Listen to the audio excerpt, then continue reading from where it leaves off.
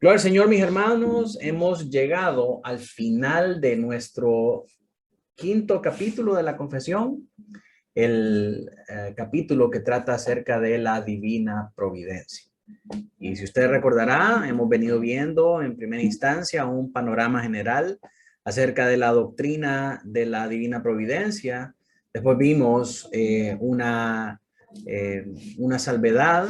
Después vimos la parte del pecado, cómo Dios trata con el pecado de los hijos, con el pecado de los impíos.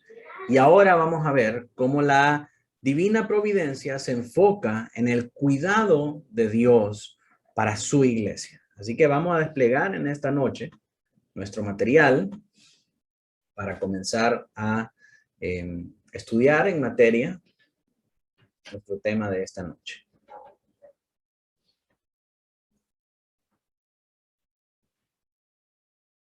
Nuestro tema de hoy es la relación de la providencia con el hecho del pecado. Y si ustedes recuerdan el bosquejo de nuestras lecciones anteriores, ya pasamos por todas estas secciones. Ahora estamos por la última sección, que es la relación de la providencia con el cuidado de la iglesia, que tiene que ver con el párrafo 7. Y el párrafo 7 dice de la siguiente manera: del mismo modo que la providencia de Dios alcanza en general a todas las criaturas, así también, de un modo más especial, cuida de su iglesia y dispone todas las cosas para el bien de la misma.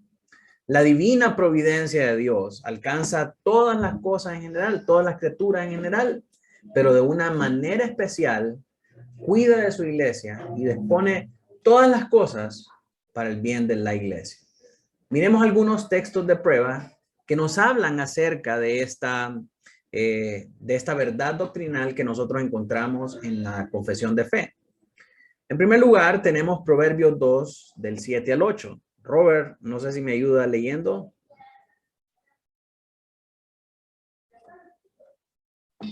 ¿Cuál, pastor?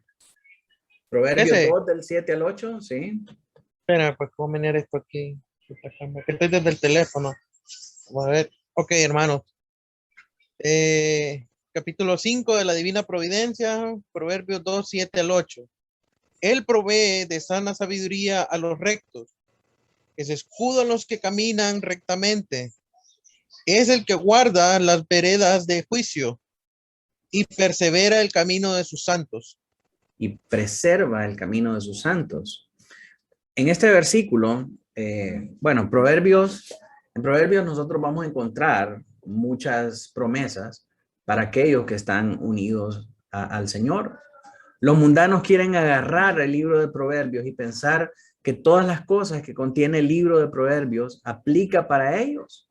Pero cuando nosotros leemos detenidamente lo que nos dice en cada uno de estos pasajes de la Escritura, nos damos cuenta que estas promesas son limitadas y tienen un foco de aplicación, y ese es aquellos que están unidos a Cristo, aquellos que son parte de su iglesia. Dice, Él provee sana sabiduría a cualquiera, no a los rectos.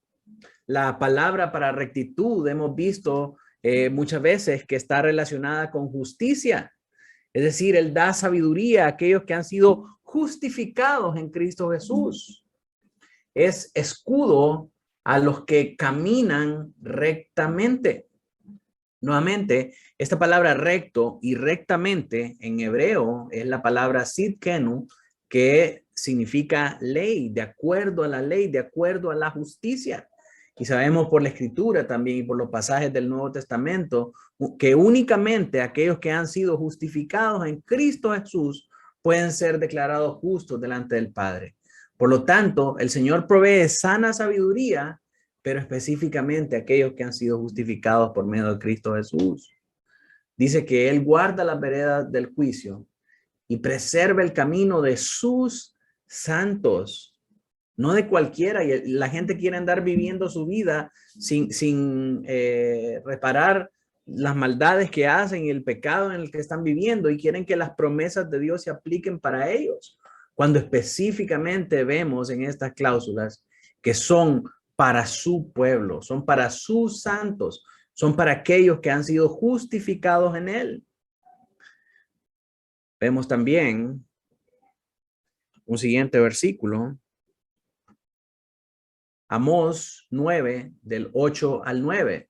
Gerard, si me puedes ayudar leyendo. Amós 9, del 8 al 9. Gerald no está, pastor. Ayúdeme usted ahí, hermano, entonces. Bien. Dice, he aquí los ojos de Jehová el Señor están contra el reino pecador, y yo lo asolaré de la faz de la tierra, mas no destruiré del todo la casa de Jacob. Dice Jehová, porque aquí yo mandaré y haré que la casa de Israel sea zarandeada entre todas las naciones, como se zarandea el grano de una criba y no cae un granito en la tierra. Si vemos aquí que Dios tiene dos planes específicos para dos tipos de pueblo. Un pueblo pecador, un reino que está saturado de pecado, y también habla de la casa de Jacob y de la casa de Israel. Entonces los planes de Dios para este reino pecador es asolarlo de la faz de la tierra. Pero vemos también que para Jacob y para Israel es un trato completamente diferente. Dice que no lo va a destruir del todo, sino que lo va a zarandear. Va a sentir los embates de la prueba, pero estos embates van a servir para refinar su fe, para refinar su esencia. Entonces, estas pruebas, estas tribulaciones, sirven para refinar la fe del pueblo de Dios, pero sirven al mismo tiempo para asolar completamente a aquellos que son parte de ese reino pecador. Así que podemos ver que hay un trato específico para los pecadores, para aquellos que están fuera de Cristo y para aquellos que estamos en Cristo. Son dos cosas diferentes y la gente ahí se vive poniendo y mandando versículos de que yo sé los planes que tengo para ti, planes de prosperidad, planes de bendición, planes de bienestar y todo eso. Y sin embargo no se dan cuenta que para aquellos que están lejos de Cristo, los planes son totalmente diferentes. Los planes son de juicio y destrucción. Pero para los que estamos en Cristo Jesús, aunque vengan las dificultades, aunque vengan las pruebas de la vida, esos planes sirven para refinar nuestra fe. Primera de Timoteo 4:10, hermano Noé, si me ayuda. Primera de Timoteo 4:10, que por esto mismo trabajamos y sufrimos oprobios, porque esperamos en el Dios viviente, que es el Salvador de todos los hombres, mayormente de los que creen. Mayormente de los que creen. Cuando estudiamos esta carta de Timoteo, dijimos que el sacrificio de Cristo en su alcance es universal y limitado, pero en su aplicación es únicamente para aquellos que han creído. El sacrificio de Cristo tiene el potencial de salvar a todo el universo, a todos los ángeles. Es más que suficiente. Sin embargo, no para todos es la salvación, sino que mayormente para aquellos que creen. Entonces nosotros podemos ver que hay un cuidado especial dentro de la providencia de Dios para los que son parte del pueblo del Señor. Uno y otro pasaje nos dicen esto en reiteradas ocasiones. Miremos Romanos 8:28. Henry, si me ayuda. Romanos 8:28. Y sabemos que a los que aman a Dios, todas las cosas les ayudan a bien. Esto es, a los que conforme a su propósito son llamados. Amén. A los que conforme a su propósito son llamados. Esto es, todas las cosas le ayudan para bien a los que aman a Dios. Los que no aman a Dios, o los que aman a un Dios que ha sido inventado por ellos, inventado por su propio corazón pecaminoso, las cosas no les ayudan a bien, sino que esas cosas que ellos aman y creen conforme al Dios que han inventado en su corazón, esas cosas más bien les sirven para juicio, para destrucción en el día del Señor. Las cosas le ayudan a bien a aquellos que aman a Dios. ¿Y quiénes son los que aman a Dios? A los que conforme a su propósito han sido llamados, los que fueron elegidos desde antes de la fundación del mundo para participar de toda cosa buena de parte del Padre. Entonces vemos nuevamente el foco de la atención de Dios no está sobre todas las personas, sino que está primordialmente sobre el pueblo de Dios, sobre su iglesia, porque solamente el pueblo de Dios es capaz de amar a Dios porque ellos han sido llamados conforme a su propósito, conforme a su decreto eterno. Las personas pueden decir que aman a Dios, pero en realidad lo que aman es un reflejo de ellos mismos, que ellos aman, que ellos llaman Dios. Y al final nosotros vemos en sus obras que aunque con su boca dicen amar a Dios, con sus obras lo niegan, como nos dice el libro de Judas. Efesios 1:11, vi que por ahí está el hermano Leans, si me puede ayudar a leer Efesios 1:11. Ahorita voy manejando, voy para Vaya, ir para la oficina. vaya, listo. Estaba comiendo. No se preocupe. No se Ya, preocupe. yo le confirmo. Martita, ayúdeme a leer Efesios 1:11. En él asimismo tuvimos herencia, habiendo sido predestinados conforme al propósito del que hace todas las cosas según el designio de su voluntad. Aquí hacemos un zoom hacia esos predestinados que han recibido esos predestinados. Dice, recibieron una herencia y fueron predestinados porque el propósito de su voluntad, el propósito del que hace todas las cosas según los designios de su voluntad, tuvo a bien predestinarnos y asimismo darnos una herencia. Nuevamente, ¿cuál es esta herencia? Riquezas, reinos, poder, fama, éxito, salud. De ninguna manera. Esta herencia, vamos a ver en el contexto de Efesios, se trata acerca de la salvación de Dios, que es un regalo incorruptible, inmarcesible e incontaminado, dice Pedro. Y es un regalo o es una herencia reservada únicamente a aquellos que hemos sido escogidos conforme a su voluntad. Luego tenemos Efesios 1:22. Efesios 1:22. No sé si me ayuda Lurbin. Y sometió todas las cosas bajo sus pies y lo dio por cabeza sobre todas las cosas a la iglesia. ¿Quién? A la iglesia. La iglesia es la depositaria de todos los bienes del Señor, de todas las riquezas del Señor, de todas las bendiciones del Señor y de esta herencia, como dice Pedro, incorruptible, inmarcesible e incontaminada. Él le dio su autoridad, la autoridad por la que puso todas las cosas bajo sus pies. Se la dio a la iglesia y ha puesto a la iglesia como la cabeza sobre todas las cosas aquí en la tierra, como la representante de Cristo, del reino del Señor aquí en la tierra. Entonces, todas estas cosas que en la divina providencia el Señor ha enviado para nosotros, para su creación, las ha destinado a su iglesia. ¿Quiénes son su iglesia? Aquellos que Él predestinó desde antes de la fundación del mundo para participar de su reino y de su gracia. Efesios 3, del 10 al 11. ¿Quién más tenemos por acá? Helen. Sí.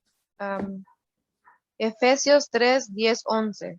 Para que la multiforme sabiduría de Dios sea ahora dada a conocer por medio de la iglesia a los principados y potestades en los lugares celestiales, conforme al propósito eterno que hizo en Cristo Jesús nuestro Señor. Amén. Entonces vemos la multiforme sabiduría de Dios se ahora dada a conocer por medio de ¿quién? Por medio de la iglesia. ¿A quién? A los principados y potestades en los lugares celestiales. ¿Conforme a qué? Al propósito eterno que hizo en Cristo Jesús nuestro Señor. Según su decreto eterno, allá en la eternidad, Dios, en un acuerdo intratrinitario entre las tres personas de la Trinidad, dispuso que iba a dar esta multiforme sabiduría de Dios a la iglesia, para que la iglesia anunciara su muerte, su resurrección y el excelente ministerio de reconciliación de Dios con los pecadores.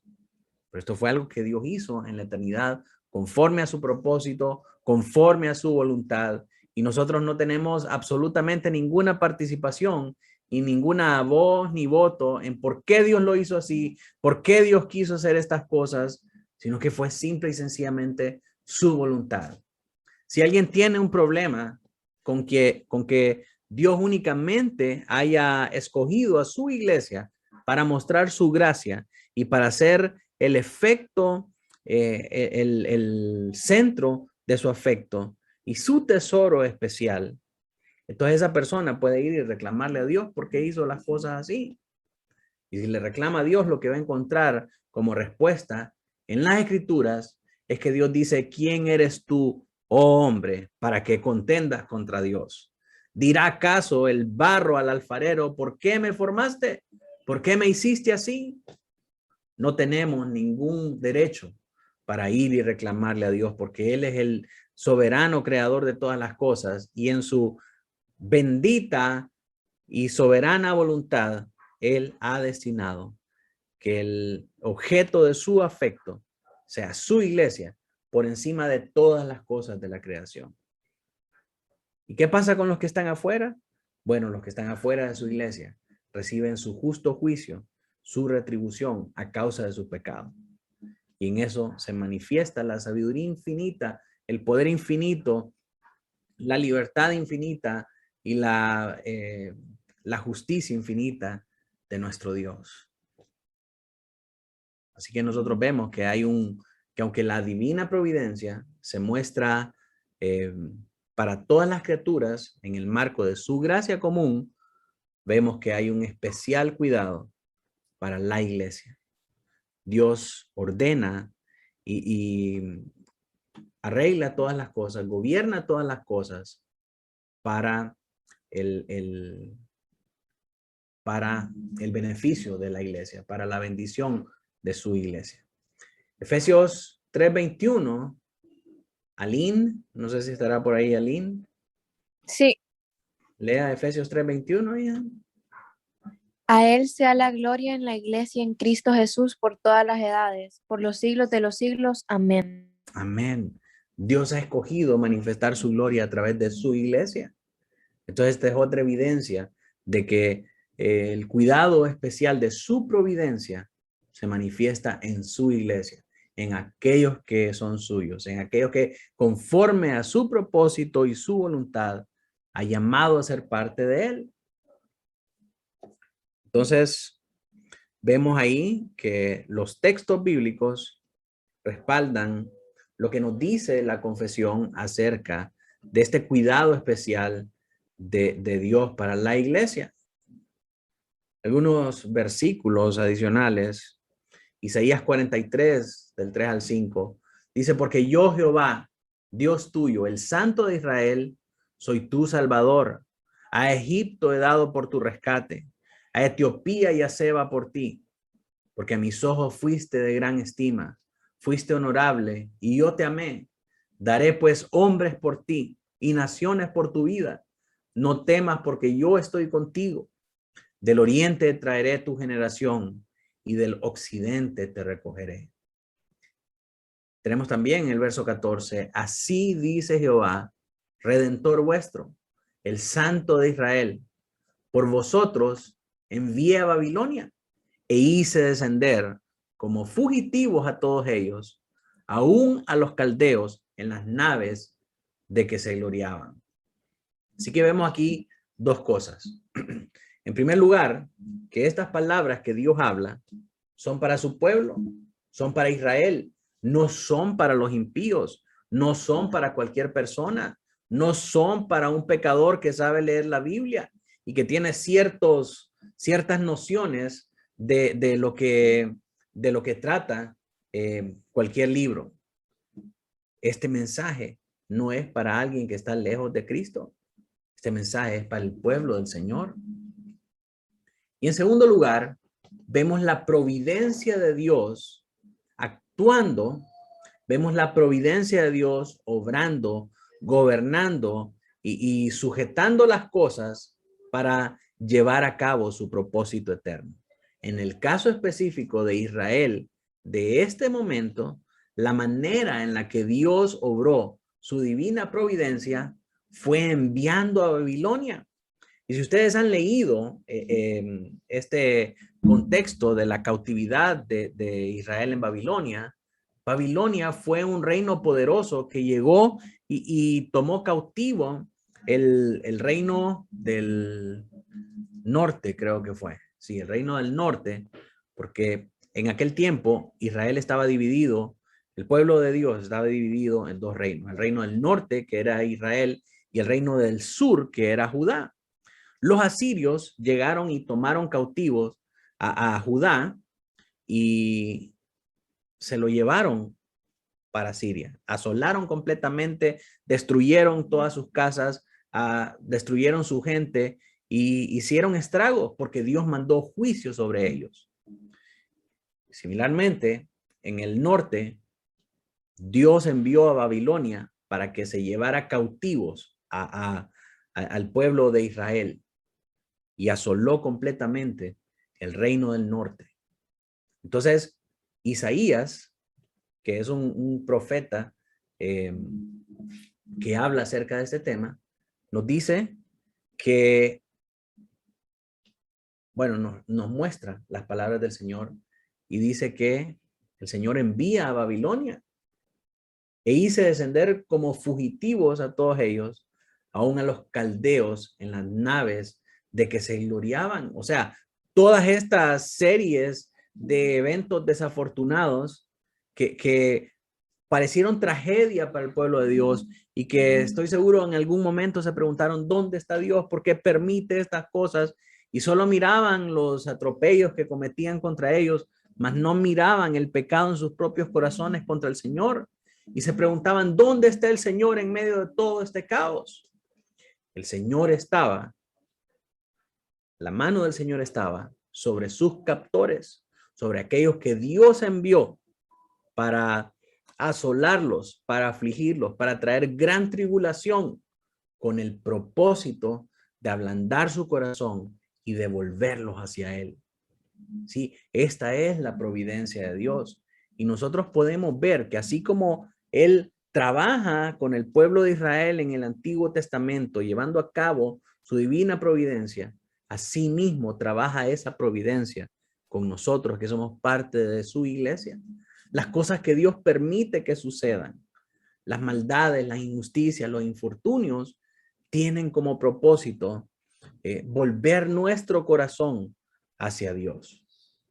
Vamos a ver más adelante, en un resumen que vamos a hacer acerca de este capítulo, vamos a ver más acerca de eso. Y ustedes van a entender cuáles son los propósitos con el que Dios en su divina providencia permite esta aflicción sobre su pueblo. Pero tenemos que saber que todas estas cosas para el pueblo de Dios van a obrar para bien, como nos dice Romanos 8:28.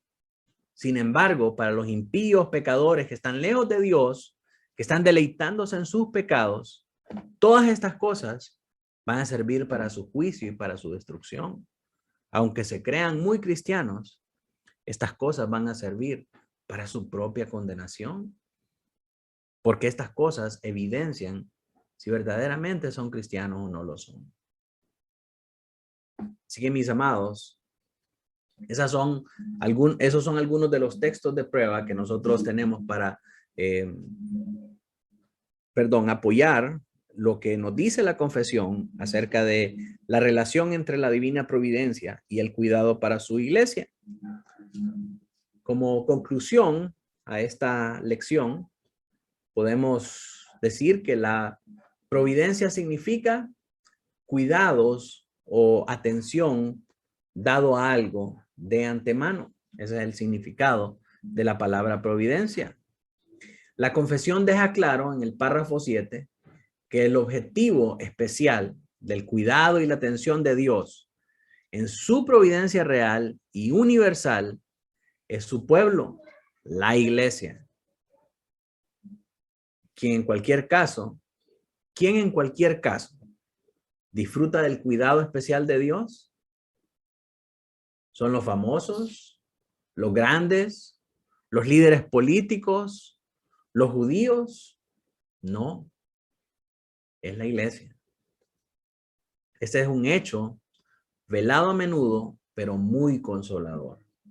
La gente piensa que Dios solamente está pendiente de los ricos y de aquellos que tienen opulencia y bienes materiales y todas las cosas, porque si Dios realmente centrara su atención en la iglesia, no permitiría que los miembros de su pueblo pasaran por grandes calamidades, por grandes tribulaciones y por todas las situaciones difíciles que afectan este mundo. Pero no es así. Nosotros podemos ver claramente en la Escritura que Dios no está detrás de todos esos grandes, famosos y líderes políticos, y ni siquiera está detrás de los judíos, porque a ellos todo lo que les prometió les cumplió. Y después de que les dio la tierra que les dijo que habrían de habitar, les dijo también que iban a pasar dos cosas. Si obedecían, su posteridad iba a seguir gozando de esa tierra. Si ellos obedecían, pero si desobedecían a su ley y a sus mandamientos y consentían en vivir como vivían los cananitas y en acoplarse a su cultura en lugar de ser un reino apartado y consagrado para él, lo que iba a pasar es que se iba a olvidar de ellos, les iba a dar la espalda y por consiguiente sus enemigos llegarían y se los llevarían cautivos a tierras extranjeras. Y adivinen qué pasó. Israel desobedeció a Dios. Dios trajo juicio sobre ellos. Y esa es la temática que nosotros estamos estudiando domingo a domingo en el libro de los jueces. Pero también cumplió su profecía de que se los llevarían cautivos. Y se llevaron cautivos al reino de Judá y al reino de Israel, a Siria y Babilonia respectivamente. Así que Dios no está detrás del pueblo judío. La atención de Dios está en la iglesia. ¿Dónde está el punto focal de la providencia de Dios en el mundo? Está en Jerusalén, donde estuvo el templo. Para muchos pentecostales, dado su dispensacionalismo, que es el sistema de interpretación de las cosas de los últimos tiempos, ellos esperan un templo donde supuestamente va a regresar el Mesías. Pero podemos ver a la luz de la Escritura que el foco de la atención de Dios no está en Jerusalén. El reloj profético de Dios no es Israel. El reloj profético de Dios es Jesucristo. Porque lo que va a marcar el fin del mundo es la segunda venida de Cristo. No es Israel. ¿Está entonces el punto focal de la providencia de Dios en Roma, donde está el Vaticano? Tampoco. Para los católicos, el punto central de la atención de Dios es el Vaticano. Está en la Meca. Para los musulmanes, el punto más importante de la atención de su Dios es su ciudad santa que se llama Meca. Pero en primer lugar, ese no es un Dios verdadero, es un Dios falso inventado por el Islam. Y en segundo lugar, ese no es el lugar de la atención de Dios. El lugar de la atención de Dios está donde nosotros, la iglesia, estamos. Donde está la iglesia, ahí está el punto de atención de Dios. Por iglesia me refiero a creyente de toda lengua, tribu y nación, esparcido alrededor de todo el mundo. Donde haya alguien que invoque el nombre del Señor, ahí está la iglesia del Señor y ahí está el foco de la atención de Dios. Esto no se refiere a una iglesia en particular, no se refiere a una denominación, se refiere a los santos que forman parte del cuerpo visible de la iglesia visible del Señor en todo el mundo. Todos aquellos que invocan su nombre.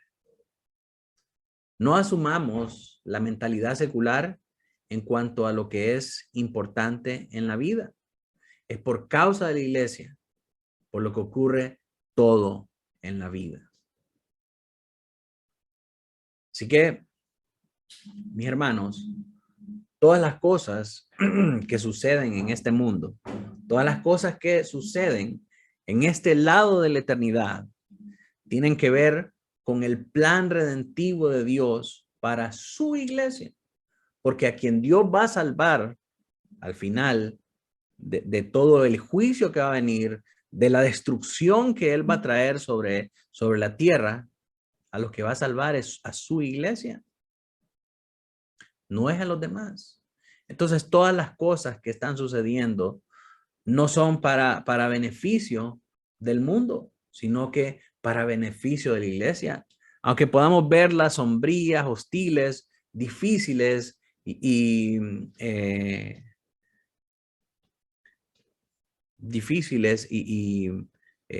simple y sencillamente contrarias a la bendición de Dios, tenemos que saber que es parte de la providencia de Dios para su iglesia.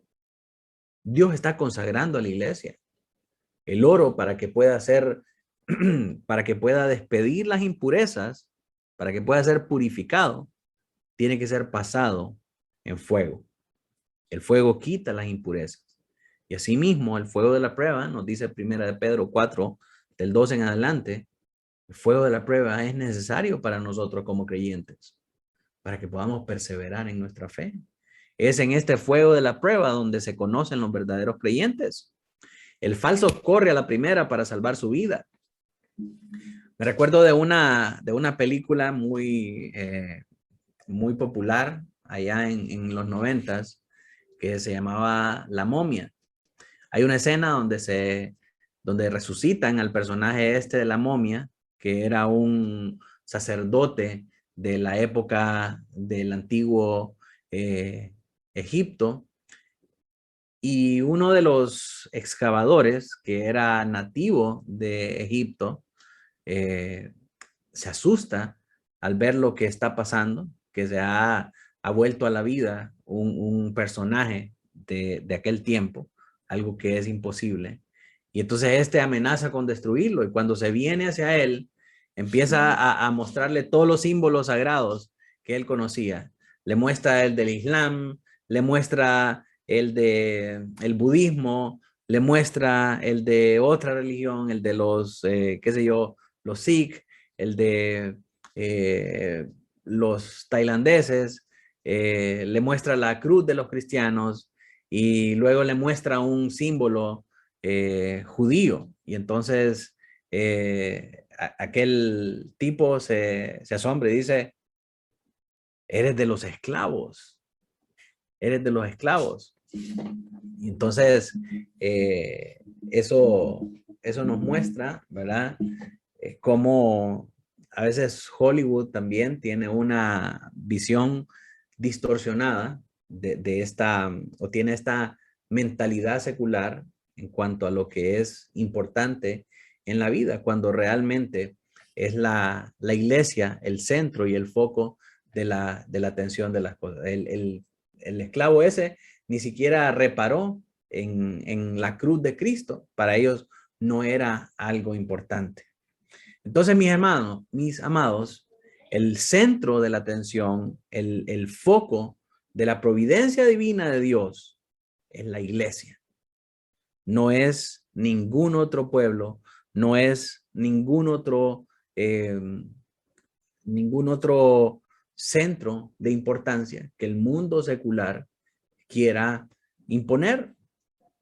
Así que de esta manera llegamos al final de esta sección que tiene que ver con la providencia de Dios y el cuidado especial de la iglesia. Para terminar, quisiera hacer un resumen de todo lo que es la doctrina de la providencia. Recordándoles, hermanos, que todas estas lecciones ya las vimos anteriormente. Solo hacemos una recapitulación así integral para poder resumir todo lo que hemos venido viendo en estos meses, en este mes anterior, en estas semanas anteriores, para que podamos ver la doctrina como un todo, ¿verdad? Entonces, obviamente detrás de cada uno de estos enunciados hay toda una explicación, hay toda una clase y hay todo un rimero de versículos bíblicos que apoyan estas afirmaciones. Y si alguno de ustedes tiene dudas al respecto, yo los invito a que puedan ver el resto de los videos del contenido para que puedan ubicar cada una de estas lecciones y cada uno de estos enunciados en su contexto correspondiente, ¿verdad? Sin embargo, si hay preguntas, las vamos a responder, pero siempre recordando, ¿verdad?, que estas son cosas que ya vimos y que pues tendremos que ir a repasar si no están claras. Así que, en resumen, ¿qué nos dice esta doctrina de la divina providencia? En primer lugar, nos dice que Dios, por su sabiduría y por su poder, sostiene, dirige, dispone, gobierna todas las criaturas y cosas para cumplir con el propósito por el cual fueron hechas según el decreto de su voluntad y para su propia gloria. ¿Qué significa esto? Que Dios, por su sabiduría y poder, su soberanía y todos los atributos que lo hacen Dios, en la eternidad, Él decretó todas las cosas que iban a pasar. Y todo lo que decretó que pasaría, lo hizo por su voluntad, porque eso era lo que Dios quería que pasara. Así que ahora por este decreto, todo lo que sucede ahora en este plano del mundo creado, de todo lo que Él hizo, todo lo que pasa aquí, desde el movimiento de una hormiga hasta el movimiento de las placas tectónicas continentales, todo es sostenido, dirigido, dispuesto y gobernado por Dios. Y esto es para todas las cosas y para todas sus criaturas, ¿verdad? Y esta acción de Dios de sostener, dirigir, disponer y gobernar todas las criaturas y todas las cosas cumplen con el propósito para que fueron creadas todas las cosas que existen delante de nuestra vista y ocultas de nuestra vista también. ¿Cuál es el propósito de todas esas cosas? Manifestar la gloria de Dios. ¿Y por qué es el propósito de todas las cosas? Porque Dios así lo decretó conforme a su voluntad en la eternidad. ¿Qué criterio utilizó Dios para decretar estas cosas? Su sabiduría, su poder, su soberanía, su libertad, todos los atributos que hacen a Dios, que componen a Dios, que hacen a Dios ser Dios. Así que todas las cosas que suceden en este mundo son sostenidas, son dirigidas, son dispuestas y gobernadas por Dios para cumplir con su propósito, que es glorificar a Dios por toda la eternidad, porque Dios así lo decretó. La segunda cosa que vimos es que Dios es la causa primera de todas las cosas. Todas las cosas surgieron a partir de un punto. Vimos ayer en un video que yo les mandé, que es el argumento Kalam acerca de la existencia de Dios, que dice que todas las cosas tienen un origen. Y ese origen de todas las cosas es Dios, ¿verdad? Dios es la primera causa de todas las cosas. Entonces, en teología decimos, Dios es la primera causa. Entonces, Dios viene y crea las cosas. Cuando crea las cosas, es como que si comenzara un juego de dominó. Tiene todos los dominó alineados unos detrás de otros. Y al Dios ser la primera causa, es el dedo que empuja la primera pieza. Así que la primera pieza empuja la segunda la tercera la cuarta la quinta, y así sucesivamente hasta la última. Así que todas esas cosas que suceden son las causas segundas que suceden a partir de la causa primera. ¿Verdad? Dios es la causa primera que pone todos los dominó en línea. Y esa causa primera empuja la primera pieza. Pero lo que sucede a partir de la segunda pieza no es la causa primera, sino que es una causa de la segunda pieza. ¿Sí? Es la causa de las segundas cosas, las causas segundas. Entonces, por estas causas segundas, suceden todas las cosas que suceden en el mundo, y esas cosas fueron originadas por una primera causa, que es Dios. Así que Dios es la causa primera de todas las cosas, pero en su providencia divina, Él ordena que las cosas sucedan según la naturaleza de las causas segundas, ya sea de manera necesaria, libre o contingencialmente, de manera que nada ocurre al azar. ¿Qué significa esto? Que Dios es la primera causa de todas las cosas, ¿sí? Y las segundas cosas ocurren por su propia naturaleza. El segundo bloque de dominó se cayó porque el primero le cayó encima, y eso fue un efecto natural de la ley de gravedad, y todos se van a seguir cayendo a causa de la naturaleza en la que están ordenadas, ¿sí? Pero al final, la causa primera que causó que todas las piezas se cayeran fue Dios. Y aunque en el otro plano, en el plano de todas las cosas que estamos viendo que están pasando y que se están cayendo todos esos bloques, ocurren por la inercia de uno sobre otro, porque esa es su naturaleza. Eso es lo que va a pasar. Si usted se tira de un barranco, se va a caer. Es un efecto de la ley de la gravedad. Ese es un efecto de las cosas segundas. No fue Dios el que lo empujó del barranco, ¿sí? Dios fue la primera causa de todas las cosas. Pero lo que sucede acá abajo es una causa natural de estas causas segundas, que es todo lo que Dios creó, ¿sí?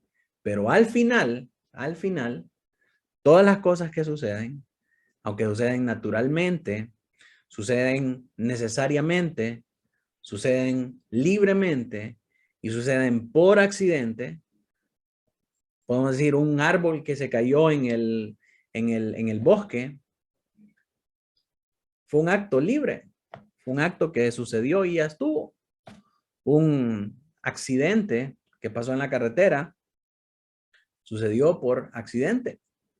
Pero aunque las cosas suceden de manera necesaria, de manera libre o de manera contingencial, todas obedecen a una causa primera, que fue Dios.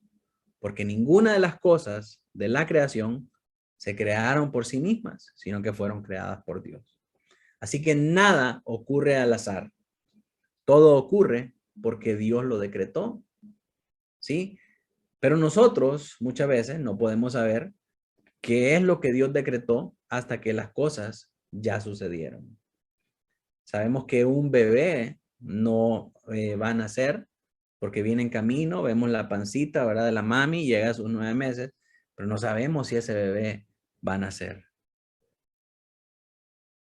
Sin embargo, cuando nace y lo tenemos en los brazos, podemos decir, era la voluntad de Dios que ese bebé naciera. ¿Sí? Pero no sabemos hasta que las cosas suceden. Podemos aferrarnos a decir que es la voluntad de Dios que nazca y decretar y reprender y declarar y todas las cosas, pero es Dios en su soberanía el que decide las cosas que van a pasar.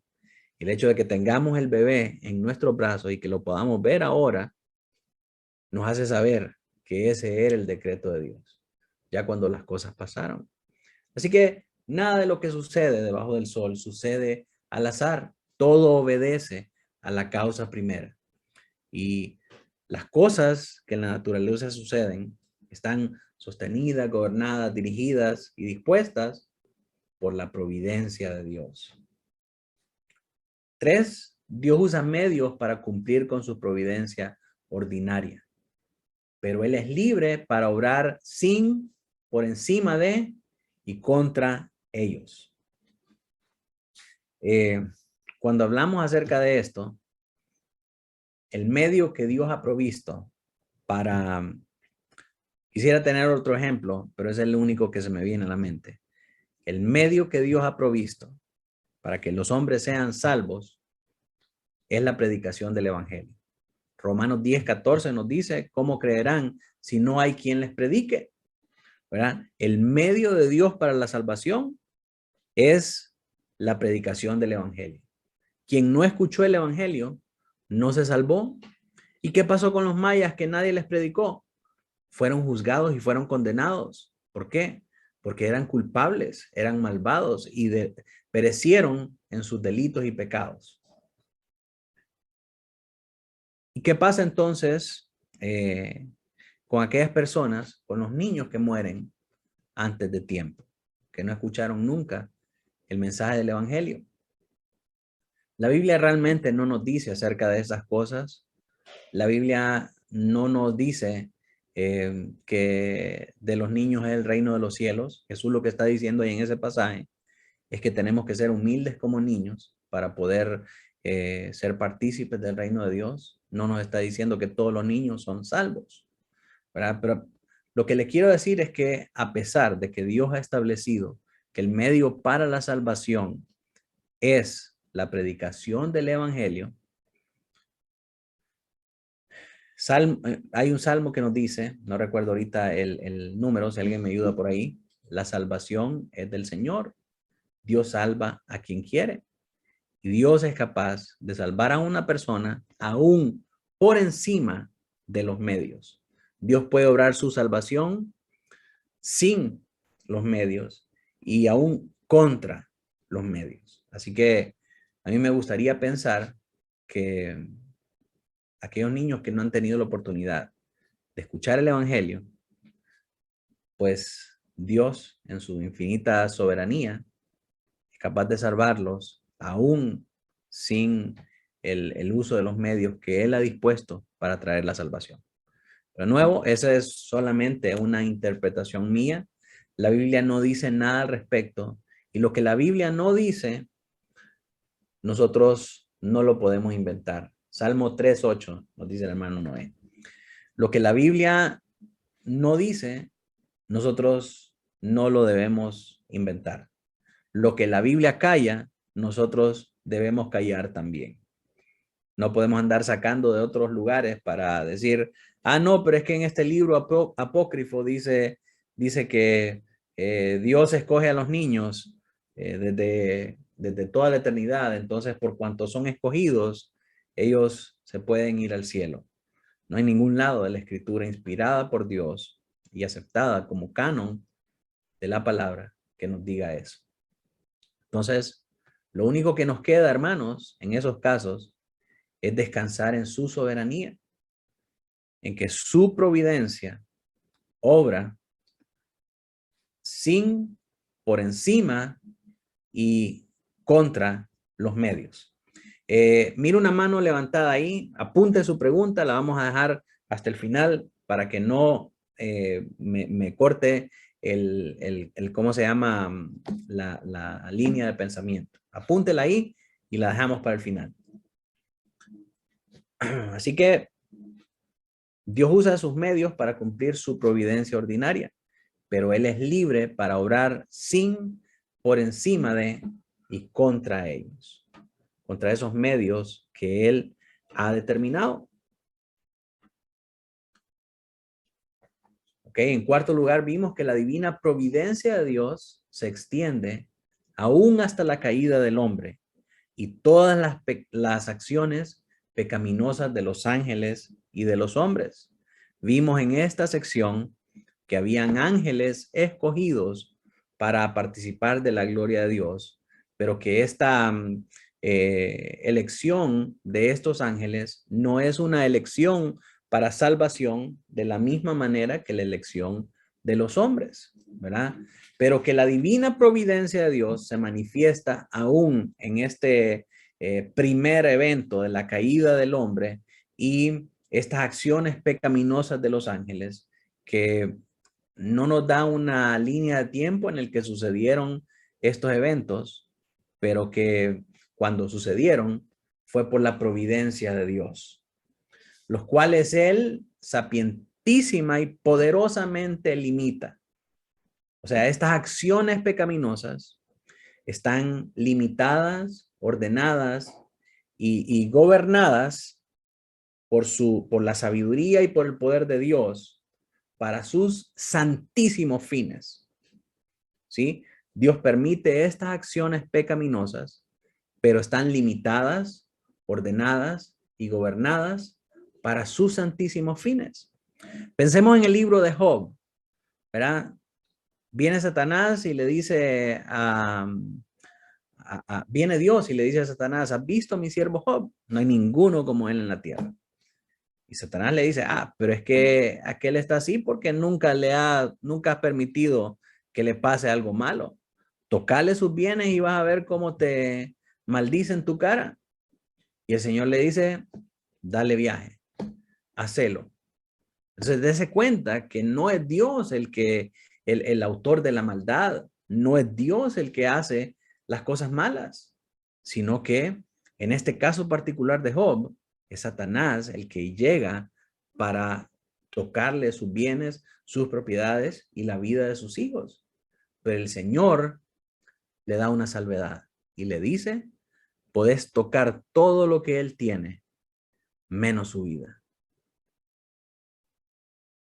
¿Sí? Dios limita, ordena y gobierna estas acciones pecaminosas de acuerdo a su sabiduría, de acuerdo a su poder, y todo lo que está haciendo aquí en el relato de Job es para sus santísimos fines. Al final del libro vemos un diálogo intenso en el capítulo 42, donde a raíz de todos estos infortunios, Job le dice al Señor: realmente conozco que todo lo puedes y que en mis pensamientos no te puedo entender.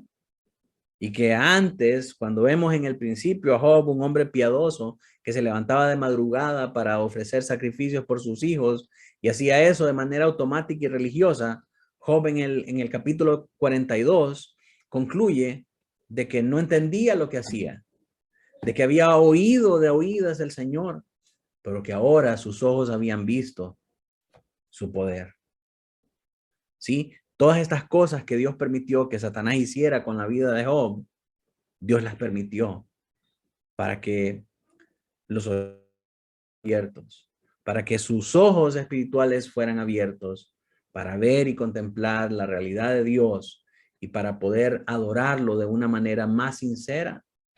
Así que todo lo que pasó obedeció a sus santísimos fines, pero Dios lo hace de tal modo que la pecaminosidad de sus acciones proviene de las criaturas y no de Dios, porque Dios es justo y santo y no es ni puede ser el autor del pecado ni lo aprueba. Dios no aprueba el pecado, ¿verdad? En este caso Dios aprueba que Satanás vaya y toque a la vida de Job para refinar la fe de Job. Pero eso no significa que Dios apruebe el pecado. No significa que Dios en su divina providencia lo usa con fines redentivos. En quinto lugar, Dios, bueno, uno de los versículos más importantes de prueba para este numeral 4 es Santiago, donde dice que Dios no tienta a nadie. Si alguno tienta de su propia concupiscencia del corazón, es tentado.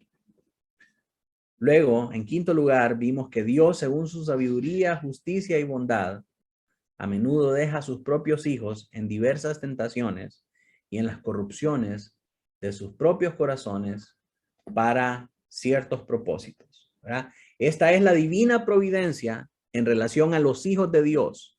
Esto es lo que hace la divina providencia con los hijos de Dios. ¿Por qué permite Dios que pasen estas cosas, que sus hijos caigan en tentaciones y que sean víctimas de la corrupción de su propio corazón? Él lo permite, en primer lugar, para disciplinarlos por pecados anteriores.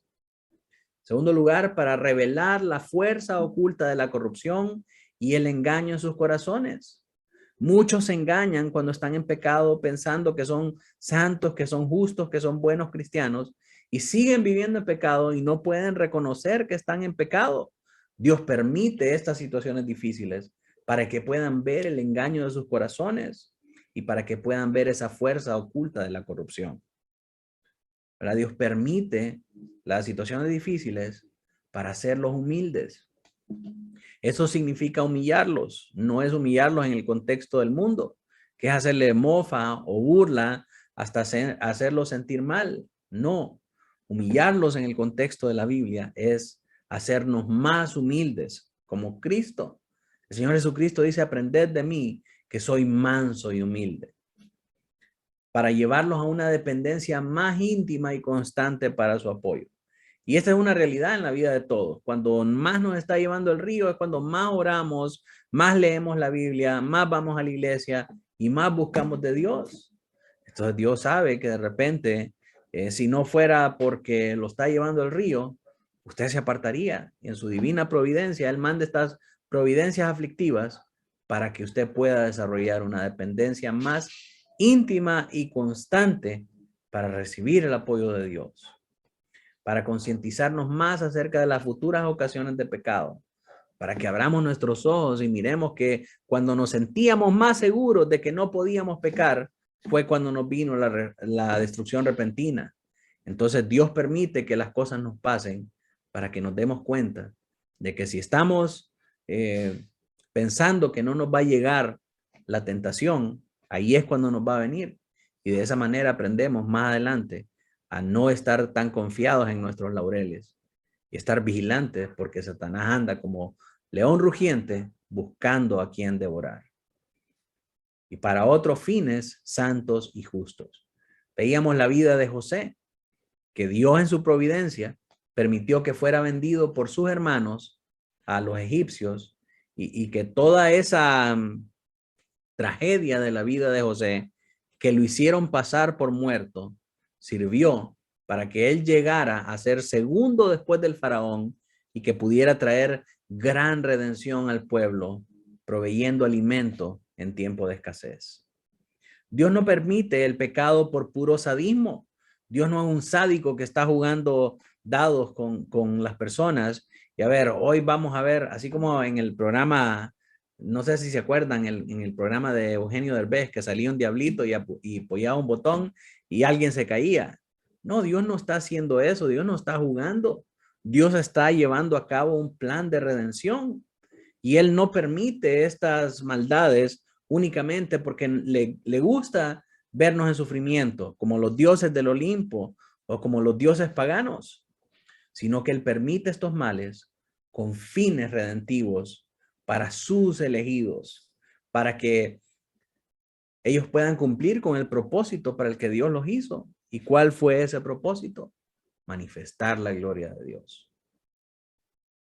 En sexto lugar, y ya con esto vamos terminando, los hombres malvados e impíos, la relación de la divina providencia con los malvados e impíos. Esto es con los que no son parte del pueblo de Dios. ¿Qué hace Dios en su divina providencia con estos hombres malvados? Dios, como justo juez, ciega y endurece a causa de su pecado anterior a los hombres malvados e impíos. Los hace ser más endurecidos y más necios y más soberbios en su pecado. Les niega su gracia. Les retira los dones que tenían por gracia común. Los deja expuestos a aquellas cosas que su corrupción convierte en ocasión de pecado. Los deja muertos en sus delitos y pecados, como nos dice Efesios. Los entrega a sus propias concupiscencias, a las tentaciones del mundo y al poder de Satanás. Y los endurece por los mismos medios que Dios utiliza para ablandar a otros. Por ejemplo, Dios manda 10 plagas a Egipto. Y por medio de esas 10 plagas, los israelitas miran el poder y la mano de Dios y lo exaltan como el Dios de Israel y le creen a Moisés que él ha sido el enviado de Dios para liberarlo. Porque si ustedes se acuerdan, al principio Moisés quiso hacer justicia en sus propias manos y mató a un egipcio que estaba oprimiendo al pueblo. Y entonces cuando quiso dirigir al pueblo, uno de los testigos que había visto, que lo había visto matar al egipcio, le dice, tú eres el que asesinaste a aquel egipcio. Y entonces aquel muerto de pavor se fue a refugiar en el desierto y ahí conoce a Madián, a Séfora, su esposa, y Dios le habla a través de la zarza y lo comisiona para que vaya en su nombre. Entonces ya ahora comisionado por Dios, va con su vara y trae las 10 plagas sobre Egipto. Y de esta manera Israel pudo saber que Dios había levantado a Moisés como libertador y como profeta en medio de su pueblo. Pero ¿qué pasó con los impíos? ¿Qué pasó con los malvados? Faraón, aún con esas 10 plagas que sirvieron para sensibilizar al pueblo de Dios, endureció más su corazón. Y cuanto más el pueblo se sensibilizaba y se daba cuenta de que esos eran milagros y prodigios de parte de Dios, Faraón endurecía más su corazón. Entonces eso es lo que hace la divina providencia con los malvados impíos. Los medios que él usa para ablandar a los que son de su pueblo son utilizados en los impíos y en los malvados para endurecer su corazón. Y en séptimo lugar, la providencia de Dios cuida a todas las criaturas, pero en especial a su iglesia, para la cual dispone todas las cosas para su bien. Quiero terminar con la pregunta número 15 del Catecismo Bautista. Dice, ¿cuáles son las obras de la providencia de Dios? La respuesta es, las obras de la providencia de Dios son sus más santas, sabias y poderosas, preservando su soberanía sobre todas sus criaturas y todas las acciones de ellas. En otras palabras, las obras de la providencia de Dios son aquellas obras que obedecen a su santidad, a su sabiduría y a su poder para demostrar que Él gobierna soberanamente sobre todas sus criaturas y sobre todas las acciones que suceden a causa de ser ellas causas segundas, ¿verdad? Sobre todas las acciones de todas sus criaturas. Así que mis hermanos, con esto llegamos al final del capítulo 5 de la Divina Providencia y nos preparamos la próxima semana para comenzar el capítulo 6 que tiene que ver con el pecado y con la caída del hombre. Ahora sí, quisiera saber si hay preguntas. Parece que Robert tenía ahí la mano levantada. Ojalá y que haya podido anotar la pregunta por ahí. Robert. Espéreme, pastor, que tengo un problema aquí técnico. Vaya. ¿Alguien más tiene una pregunta?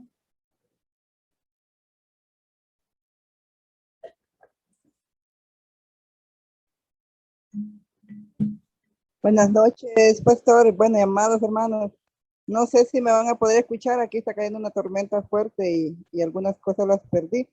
Pero siento que sí es muy, pero muy importante que uno sepa esta verdad de la divina providencia, porque a veces cuando uno está platicando con otras personas, en primer lugar quieren hacerle creer a todo el mundo que Dios es un amor, la parte de la bondad, que Dios es un Dios bueno, que Dios no quiere vernos sufrir, ¿verdad? Pero hemos aprendido de que el sufrimiento es parte de la vida cristiana, que es necesario para que nosotros vayamos muriendo al mundo y creciendo en la vida espiritual. Y eso va relacionado también con este asunto de que la gente dice, pero ¿por qué, cómo Dios va a permitir que haya enriquecimiento ilícito o que el que es malvado prospere? ¿O cómo Dios va a permitir, por ejemplo, un caso muy específico que me hacían una pregunta de cómo Dios va a permitir que un niño no va a ir al cielo o que un niño no se va a poder salvar? Y cuestiones así, ¿verdad? Porque solo quieren ver la parte de Dios donde Dios es amor, pero no abren de repente su mente, sus ojos a ver la otra realidad, que también Dios es un Dios justo y que realmente no merecemos nada de Él. Así es. Entonces creo que estas verdades son muy, pero muy importantes que las tengamos bien claras y pues gracias a Dios que me permite escucharles y aprender cada día más. Solamente, pastor. Amén, hermana. Eso que usted dijo es muy importante, ¿verdad? La gente solo quiere ver los premios y los beneficios, pero no quiere ver la otra parte de justicia y santidad. Estamos tan idealizados con el hombre como el centro del universo que resaltamos más al hombre que la justicia de Dios. Si realmente pensáramos en la justicia de Dios y tuviéramos en alto la justicia de Dios, nos daríamos cuenta de esa realidad, que no somos merecedores, de que todos nosotros, desde Adán hasta el último niño que acaba de nacer en este segundo, todos merecemos la muerte. Que si no es por su gracia, ninguno de nosotros se podría salvar. Así que bendita providencia que nos ayuda y que nos da lo que Dios en su santo decreto y en su infinita voluntad ha establecido que suceda. No sé si alguien más tiene alguna otra pregunta.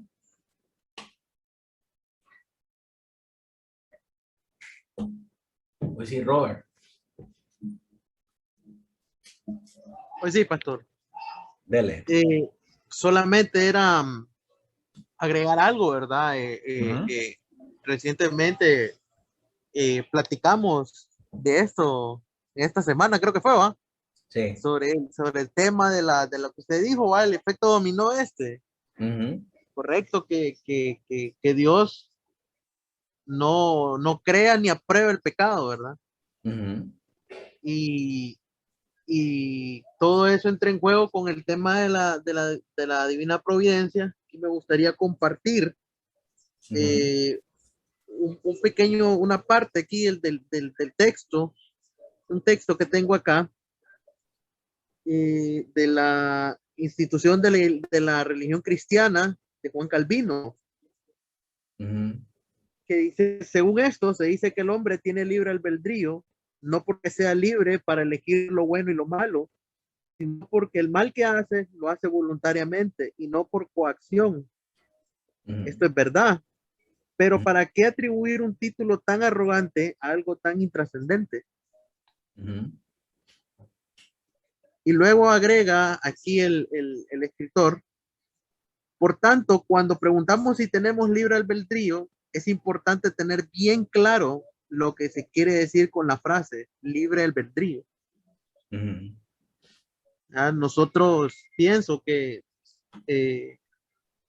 leyendo esto y meditando un poco, yo llegué a la conclusión de que lo que ha de ser según la voluntad de Dios. Es decir, aquellos que se salven, aquellos que escuchen el mensaje, han de ser llamados, y los que no. Caí en la cuenta también mientras meditaba en esto de que hay personas que uno les lleva el mensaje y hay veces uno los quiere mucho y uno les quiere meter el mensaje por los ojos, ¿va? Uno les insiste, cae mal inclusive y pasa de todo. Y uno en el afán de querer llevarles el evangelio se vuelve incómodo para ellos.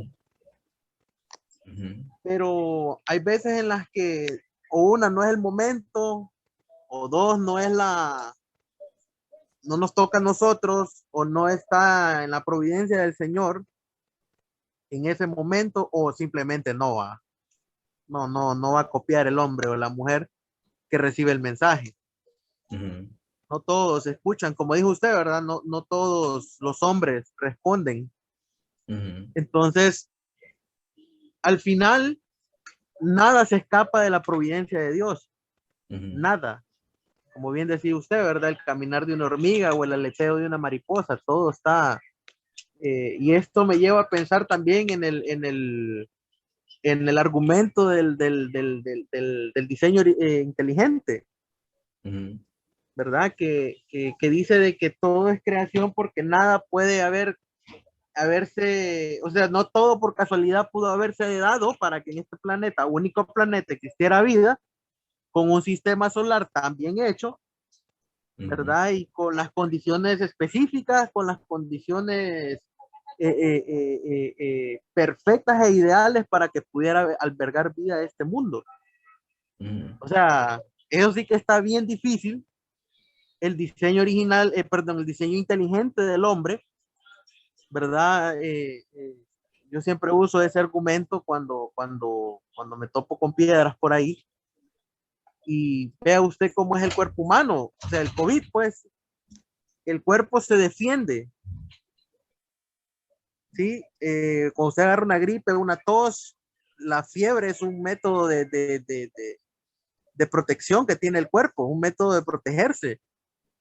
Cuando usted se hiere, inmediatamente la sangre genera la costra y usted se cura, no se va a desangrar. Los árboles igual, cuando usted le pega un machetazo, un palo, te da su savia y se regenera con el tiempo. Las flores y todo, usted corta algo y se regenera. O sea, nada está por fuera de la providencia de Dios.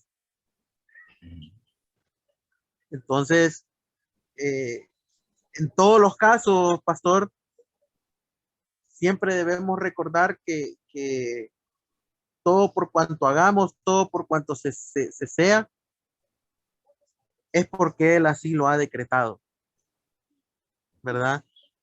Y es el único que sabe estas cosas. Y nos toca, ¿verdad? Obedecerle y adorarle, porque Él es el único. Nada Amén. más, pastor. Amén. Muchas gracias, Robert. Este tema del libre albedrío, ¿verdad? Es bastante controversial y ya lo hemos tratado en ocasiones anteriores, cuando hablamos acerca de la creación, ¿verdad? La doctrina de la creación. Y vamos a verlo más de lleno en el capítulo 9 de la confesión. El capítulo 9 se encarga específicamente del libre albedrío. Pero solo recapitulando un poco acerca de lo que hemos visto anteriormente, como causas segundas, nosotros tenemos libertad para hacer y que nuestras acciones tengan un efecto. Pero el simple hecho de que seamos causas segundas y cosas creadas nos hace estar supeditados a un creador que es la causa primera. Entonces, esa causa primera decretó todas las cosas que iban a suceder. ¿Sí? Y entonces nosotros, como causas segundas, en nuestra libertad, hacemos y deshacemos. Nuestras acciones tienen causas y efectos. Pero al final, todo lo que nosotros hacemos obedece al decreto de Dios. Entonces, realmente nuestro libre albedrío es tan libre como nosotros pensamos. Tenemos libertad de las causas segundas, pero al ser causas segundas, obedecemos, estamos supeditados a lo que Dios decretó. Entonces, aún nuestro libre albedrío que nosotros pensamos que hacemos en nuestra libertad, obedece el decreto de Dios.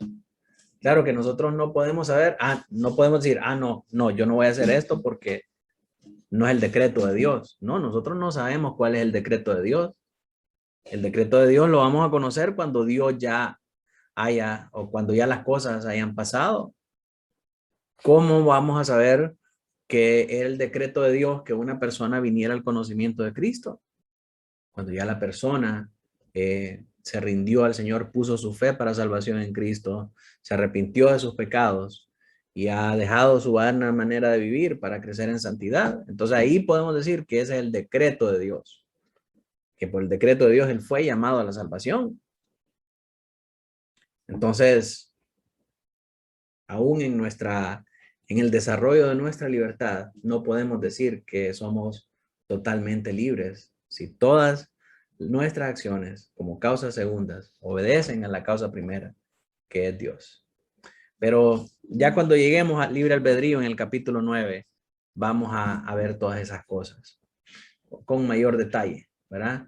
La próxima semana, mis hermanos, comenzamos con el capítulo 6 y este es el último de los capítulos que son la parte de doctrina básica de la confesión. Capítulos del 1 al 6 son el fundamento, son los principios básicos de la confesión. Así que este capítulo 6, que habla de la caída del hombre, del pecado y de su castigo, es el último capítulo que nos habla a nosotros acerca de las cosas básicas de la fe, ¿verdad?